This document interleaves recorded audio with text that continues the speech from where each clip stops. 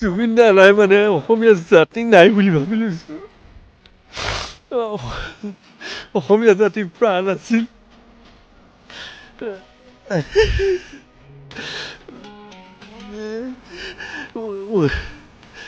যদি ইয়াত কিবা ষড়যন্ত্ৰ আছে তেতিয়াহ'লে উচিত বিচাৰ আমাক লাগে, অসমীয়াক উচিত বিচাৰ লাগে আমাক। আমি কোনো কাৰণতে মানিব নোৱাৰোঁ জুবিন দা নাইকিয়া হৈ যোৱাটো, আমাক বিচাৰ লাগে।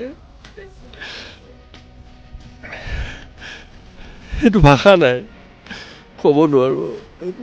সেইটো অসমৰ ৰাইজে প্ৰত্যেকে জানে, প্ৰত্যেকৰ বুকুৰ ইয়াৰ আমঠু আছিল।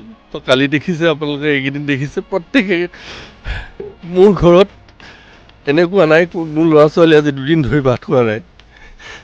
কালি বহুত গালি পাৰি পাৰি মাকে ভাত খুৱাব বিচাৰিছে, নোৱাৰিলে খুৱাবলৈ। এতিয়া তেনেকেই আছোঁ আমি।